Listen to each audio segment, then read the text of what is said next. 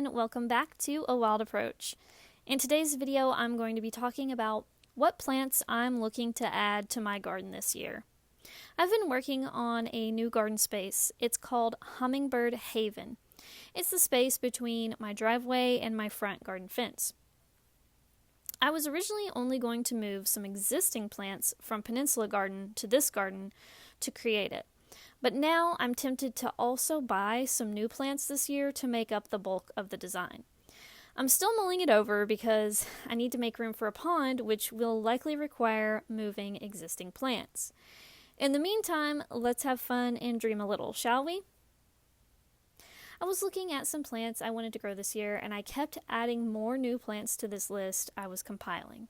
Before you know it, it's a full garden of plants. So I went ahead and I started a spreadsheet. I needed to focus on plants that can handle full sun, drought, and be attractive to hummingbirds and butterflies. I'm very excited for these plants, and so I hope I can find them for sale locally. Let's jump in. First up is Delphinium tricorn, aka dwarf larkspur. What I love about this one is that it has that very blue or blue-purple color to it. It's also on a spike, which I really like. Hummingbirds and butterflies love it too, and so it's a great fit for this new garden space. When I was really new to gardening, I fell in love with those cultivated delphiniums. You know the ones. You can get them at big box stores, right? Well, they died on me. I couldn't get them to grow. One day, a friend suggested I try to grow larkspurs instead, and so I did that for a time. Eventually, I looked into larkspur and found that there were actually also native ones too. So for a while, I was growing the non-native ones, not really knowing that the native ones existed, and now I'm wanting to add some of those native ones to my garden. I've seen this species growing in East Tennessee, and it's just so cute. I think it will fit in nicely with the other plants in this list. Next up is Camassia scleroides, aka wild hyacinth. This plant is a native bulb. It's also on a spike and attracts butterflies. The blooms are a light blue or lavender or a bluish off-white color.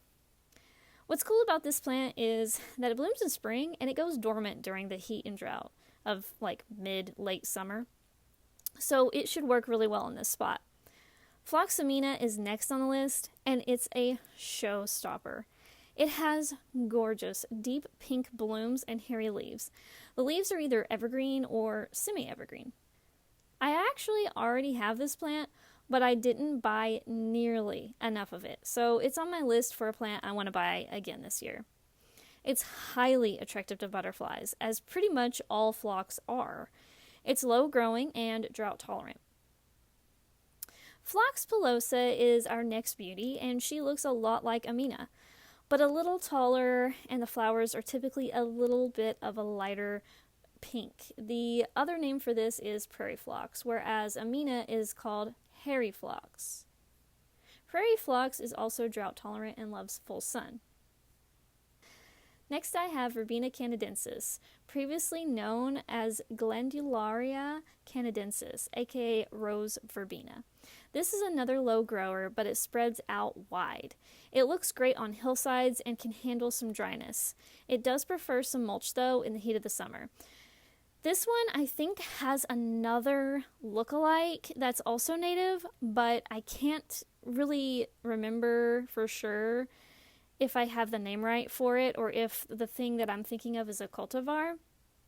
But either way, I want to find either this exact plant or one that looks like it, because I used to have one called Homestead Purple Verbena, and if I remember correctly, it was also technically a native, but again, I can't remember if that was a cultivar or if that was something, just like a variety of this plant, or if it was a whole different species that was just really similar. I'm not really sure. So if you guys know, leave me a comment down below and let me know. But in the meantime, I'm trying to find a low-growing verbena similar to this if I can't find this one, because I really, really love them, and they're usually pretty tough and they can handle some drought.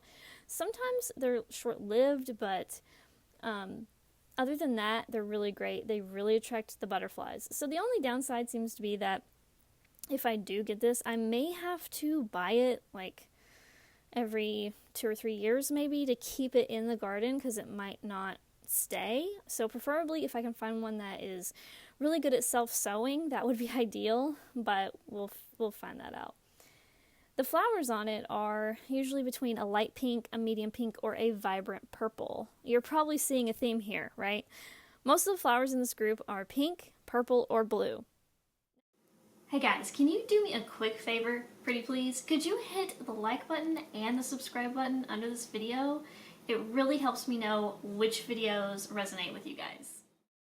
Do you need a short, quick guide to get started in wildlife gardening? Well, turns out I've got just the thing. I just came out with a new free ebook just for you, and it's called A Wild Approach to Gardening 101, and it's available on my website today at macylou.com/shop. It's free, so go check it out. What do you have to lose? Next up is Verbena stricta, aka hoary vervain. It's dry, soil tolerant, and has pretty purple flowers. I was made aware of this one because I already grow the non-native Verbena bonariensis. When I found there were native verbenas and ones native to nearby areas that were drought tolerant, I had to check this one out. Then there's Agastache funiculum, aka anise hyssop. I just got seeds for this one recently, and it says online that it only needs 30 days of cold moist stratification. So I can put these seeds in the fridge soon, and they should be good to go this spring. This is another great one for butterflies and hummingbirds. It also has a good fragrance. The rest of the plants on my list for Hummingbird Haven are ones I already have, but that I hope to either transplant, divide, or grow more of from seed. In this section, the first one is Symphytrichum patens, aka late purple aster. This is one of my favorite asters.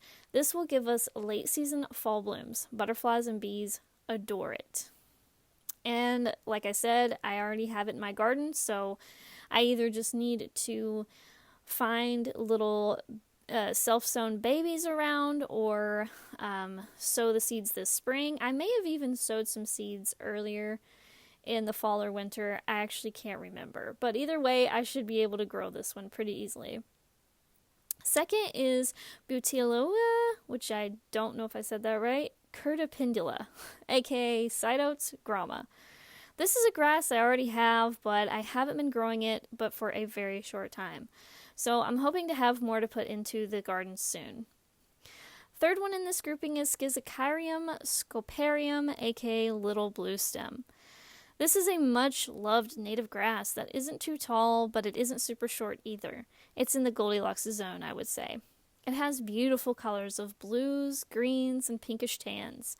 Lovely seed heads too. I plan to move my little blue stem I have near the road up here to Hummingbird Haven instead. If bloom times and seed head timings I found on the internet are accurate, we should have a decent amount of color in this garden from April to November. Here you can see my spreadsheet where I've estimated the blooming time frames and their overlaps. You'll also see the estimated color scheme that will result from planting up this garden. Hummingbird Haven already has some shrubs in it. It's got arrowwood viburnum and common ninebark. These herbaceous perennials in this video would be added around the shrubs and act as a ground cover, weed suppression, I hope. Seasonal color pop, hummingbird habitat, butterfly nectar food sources, insect and bird shelter sources, seed sources, erosion control, and overall a beautiful space to behold. I'll update you all on how this garden goes and any additions I make to it. Remember, it's a work in progress, and my mind is constantly shifting back and forth on exactly the strategy I want to do for this garden, so we'll see how it goes. Thanks so much for watching, and a special thanks goes out to those who suggested I make this type of video. I think it's a fun topic, speaking about what plants we are excited to try growing next. Please leave me a comment down below and let me know what plants you're looking to add to your gardens this year. And don't forget to hit those like and subscribe buttons. Doing so really helps out the channel, and it lets me know what resonates most with you. Happy gardening, friends! Bye! Hey guys, don't forget to follow me on Blue Sky and Instagram. These are the two best social media accounts other than YouTube where you can find me and you can see me post photos of the garden, thoughts on wildlife, and more. So don't forget to follow me over there. Brand new items are now available in the shop. Thanks so much to viewers like you for supporting the channel.